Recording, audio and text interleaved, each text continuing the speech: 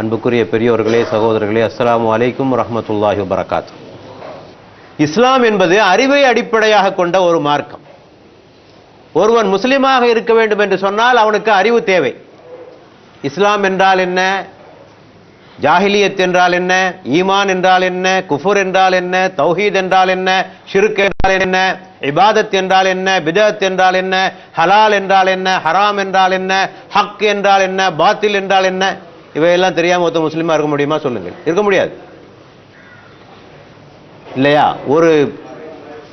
ஒரு கொள்கைக்கு சொந்தக்காரர் தான் முஸ்லீமாக இருக்க முடியும். இஸ்லாம் என்பது பிறப்பின் அடிப்படையில் வருவதல்ல. இஸ்லாம் என்பது ஒரு ஜாதி அல்ல. இஸ்லாம் என்பது ஒரு கொள்கை. அந்த கொள்கையை எவர் பின்பற்றுகிறாரோ அவர்தான் முஸ்லிம். மறுமையிலே இறைவன் உங்க தாய் பேர் என்ன, உங்க தந்தை பேர் என்ன எல்லாம் கேட்க போறதில்லை. இறைவன் சில கேள்விகளை கேட்கப் போகிறார். பெருமானார் சொன்னார்கள், 5 கேள்விகளுக்கு குறைந்து நீங்கள் பதிலளித்தாக வேண்டும்.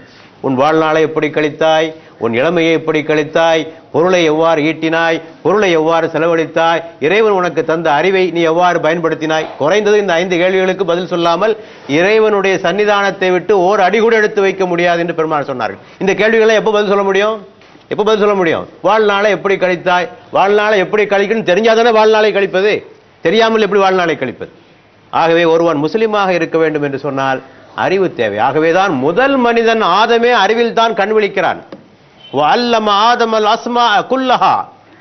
ஆதத்திற்கு எல்லா பொருட்களுடைய பெயர்களை இறைவன் கற்றுக் கொடுத்தான் குர்ஆன் சொல்லி.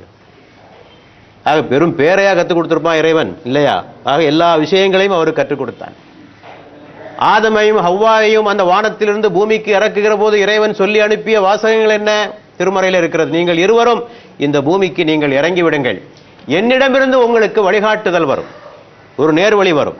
நீங்கள் அதன்படி நடந்தால் உங்களுக்கு எந்த கவலையும் இல்லை, எந்த துயரமும் இல்லை, எந்த அச்சமும் இல்லை என்று இறைவன் சொல்லி அனுப்புகிறான். ஆக பூமிக்கு அனுப்புகிற போதும் வழிகாட்டுதல் வரும், அதன்படி நட என்பதுதான்.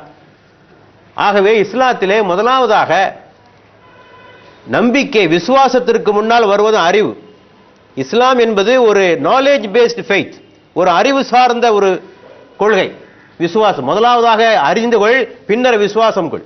சில தத்துவங்களிலே சில மதங்களிலே சொல்வார்கள், அவரிடத்திலே சில கேள்விகளை கேட்டால் சொல்வார்கள், நீங்க விசுவாசிங்க உங்களுக்கு எல்லாம் புரியும் அப்படிமா. நீங்க விசுவாசிங்க உங்களுக்கு எல்லாம் புரியுமா? இஸ்லாம் அப்படி சொல்லல, புரிஞ்சிக்கோ அப்பதான் உனக்கு விசுவாசம் வரும் என்று சொல்வது இஸ்லாம்.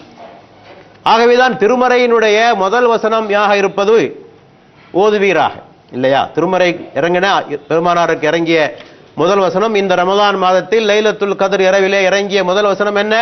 இக்ரா பிஸ்மி ரப்பிக்கல் லதீ ஹலக் ஹலக்கல் இன்சான மின் அலக் வ இக்ரா ரப்புக்கல் அக்ரம் அல்லதீ அல்லம பில் கலம் அல்லமல் இன்சான மா லம் யஅலம். இதுதான் முதல் வசனம். ஓதுவீராக, உம்மை படைத்த இறைவனின் திருநாமத்தால் ஓதுவீராக, அவன்தான் எழுதுகோலை கொண்டு உமக்கு கற்பித்துக் கொடுத்தான், நீங்கள் அறியாதவற்றையெல்லாம் அவன்தான் கற்றுக் கொடுத்தான். ஆக திருமறையினுடைய முதல் வசனம் என்ன? ஓதுவீராக. ஆக அறிவுதான் இஸ்லாத்திற்கு அடிப்படை. திருமறையிலே சிந்தித்துப்பார் சிந்தித்துப்பார் என்று சொல்லக்கூடிய வசனங்கள் ஏராளம். வானத்தை சிந்தித்துப்பார், பூமியை சிந்தித்துப்பார், படைப்புகளை சிந்தித்துப்பார். இன்ன ஃபீ ஹல்கிஸ் ஸமாவாதி வல் அர்தி வக்திலாஃபில் லைலி வன் நஹாரி லஆயாத்தின் லிஉலில் அல்பாப். வானம் பூமி படைக்கப்பட்ட விதத்திலும் இரவு பகல் மாறி வருவதிலும் அறிவுடையோருக்கு பல சான்றுகள் இருக்கின்றன. இந்த மாதிரி வசனங்கள் திருமறையிலே ஏராளம் உண்டு. அஃபலா யன்துரூன இலல் இப்லி கைஃப குலிகத் வ இலஸ் ஸமாஇ கைஃப ருஃபியத் வ இலல் ஜிபாலி கைஃப நுஸிபத் வ இலல் அர்தி கைஃப சுத்திஹத். நீங்கள் இந்த ஒட்டகத்தை ஆழ்ந்து சிந்திக்க வேண்டாமா? இந்த வானம் எவ்வாறு உயர்த்தப்பட்டிருக்கிறது, இந்த மலைகள் எவ்வாறு நாட்டப்பட்டுள்ளன, இந்த பூமி எவ்வாறு விரிக்கப்பட்டுள்ளது என்பதை எல்லாம் நீங்கள் சிந்திக்க வேண்டாமா? சிந்தித்து பார்க்க முடியாத இறைவன் சொல்கிறார்.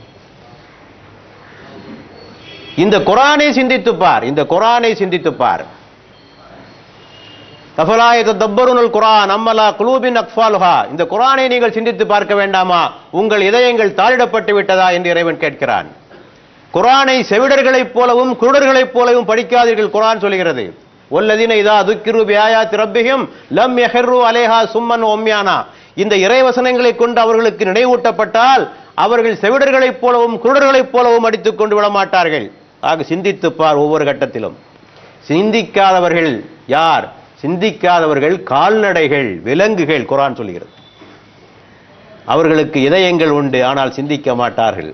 அவர்களுக்கு கண்கள் உண்டு ஆனால் பார்க்க மாட்டார்கள். அவர்களுக்கு காதுகள் உண்டு அவர்கள் கேட்க மாட்டார்கள். லஹும் குலூபுன் லா யஃப்கஹூன பிஹா வலஹும் ஆயுனுன் லா யுப்சிரூன பிஹா வலஹும் ஆதானுன் லா யஸ்மஊன பிஹா இன்ஹும் இல்லா கல் அன்னாம் பல்ஹும் அதல். இவர்கள் விலங்குகளுக்கு ஒப்பாவர், ஏன் விலங்குகளை விட இழிந்தவர்கள். ஏனென்றால் விலங்கையும் மனிதனையும் வித்தியாசப்படுத்தி காட்டுகிற விஷயங்களில் ஒன்று சிந்திக்கின்ற ஆற்றல் தான்.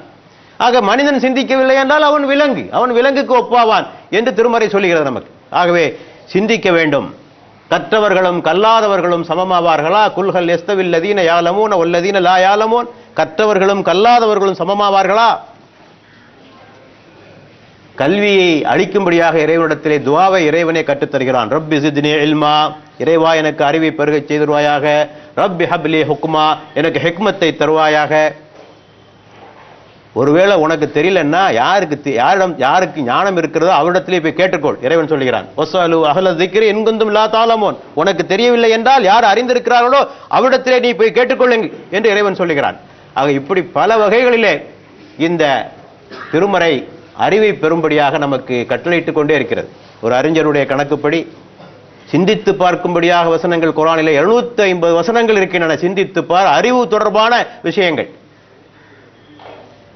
குர்ஆனும் ஒரு விஷயத்தை விளக்குகிற போது, இறைவன் விளக்குகிற போது காரண காரியங்களோடு விளக்குகிற ஒரு பண்பைத்தான் கையாளுகிறான். இறைவன் ஒருவனா, ஒன்றுக்கு மேற்பட்டவனா, சும்மா நம்பு என்று இறைவன் சொல்வதில்லை.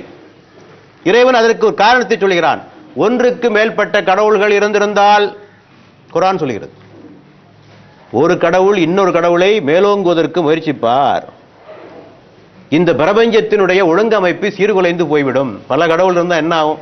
கடவுளுக்கிடையே போட்டி தான் வரும். ஒரு கடவுள் ஆக்க வேண்டும் என்பார், ஒரு கடவுள் அழிக்க வேண்டும் என்பார், ஒரு கடவுள் காக்க வேண்டும் என்பார். இந்த பிரபஞ்சத்தினுடைய ஒழுங்கமைப்பு குலைந்து போகும். எப்படி ஒரு பள்ளிக்கூடத்துக்கு 2 ஹெட்மாஸ்டர் இருந்தால் பள்ளிக்கூடம் உருப்படாதோ, ஒரு நாட்டுக்கு 2 ஜனாதிபதி இருந்தால் அந்த நாட்டில் பிரச்சனையோ, அதே போல 2 இறைவன் இருந்தால் பிரச்சனை தான். ஆக காரணத்தை சொல்கிறான். ஏன் ஒரு இறைவன்? இந்த குர்ஆன் இறை வாக்கா இல்லையா? இறைவன் சொல்கிறான், இந்த குர்ஆன் இறை வாக்கா இல்லையா? ஆழ்ந்து பார். அஃபலா யததப்பருல் குர்ஆன், இதை ஆழ்ந்து பார்.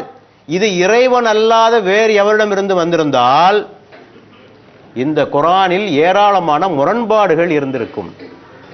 குர்ஆன்ல முரண்பாடே கிடையாது. நோ கான்ட்ரடிக்ஷன் இன் குர்ஆன். இன்றைக்கு உலகத்திலே உள்ள பல புத்தகங்கள் எடுத்துக்கொண்டால் பல வகையாக எழுதப்பட்டிருக்கும். வேத புத்தகங்கள் பல டிஃபரண்ட் வெர்ஷன்ஸ். ஒரு பிரிவினர் ஒரு வேதத்தை பின்பற்றுவார்கள், இன்னொரு பிரிவினர் அதே புத்தகத்தினுடைய இன்னொரு வடிவத்தை பின்பற்றுவார்கள். புராணங்கள் ஒரே சம்பவம் பல வகையாக பல புராணங்களிலே சொல்லப்பட்டிருக்கும். ஒரே முரண்பாடுகள் மயமாக இருக்கும். அதான் சொல்கிறான் இறைவன், மனிதன் ஏற்றிருந்தா அதுல முரண்பாடு இருக்கும்பா, இறைவனாகிய நான் ஏற்றிருக்கிறேன். முரண்பாடு இருக்கா? இறைவனே ஒரு டெஸ்ட்டை சொல்லி கொடுக்குறான். இந்த டெஸ்ட்டை வச்சு நீ அடையாளம் கண்டுகொள், இதில் முரண்பாடு இருக்கிறதா என்று பார். ஆக இப்படி ஒவ்வொன்றுக்கும் அறிவு ரீதியாக சிந்திக்கும்படியாக இறைவன் சொல்லுகிறான். மறுமையை பற்றி சொல்லுகிற போது மறுமையை முடியும். ஆரம்பத்தில் எப்படி எந்த இறைவன் உங்களை படைத்தானோ அந்த இறைவனால் மீண்டும் உங்களை படைக்க முடியாதா? ஆரம்பத்தில் எந்த முன் உதாரணமும் இல்லாமலே உங்களை படைத்த இறைவன் மீண்டும் உங்களை படைக்க முடியாதா? இறந்து போன பூமியிலே எவ்வாறு மழையை பெய்ய செய்தால் மீண்டும் அவைகள் உயிர்ப்பிக்கிறனோ அதுபோன்று உங்களை எழுப்ப முடியாதா? இப்படி ஒவ்வொரு வகையான வாதங்களை வைத்து இறைவன் தனது கருத்துக்களை நிலைநாட்டுகிறான். ஆக அறிவு, இஸ்லாத்திலே அறிவுக்கு மிக அதிகமான முக்கியத்துவம் தரப்பட்டிருக்கிறது. பெருமானார் ஸல்லல்லாஹு அலைஹி வஸல்லம் அவர்கள் சொல்லியது, அறிவு என்பது ஒரு காணாமல் போய்விட்ட ஒரு பொருளை போன்றது. அதன் மீது உங்களுக்கு உரிமை உண்டு, நீங்கள் அதனை தேடி பிடித்துக் கொள்ளுங்கள் என்று சொன்னார்கள்.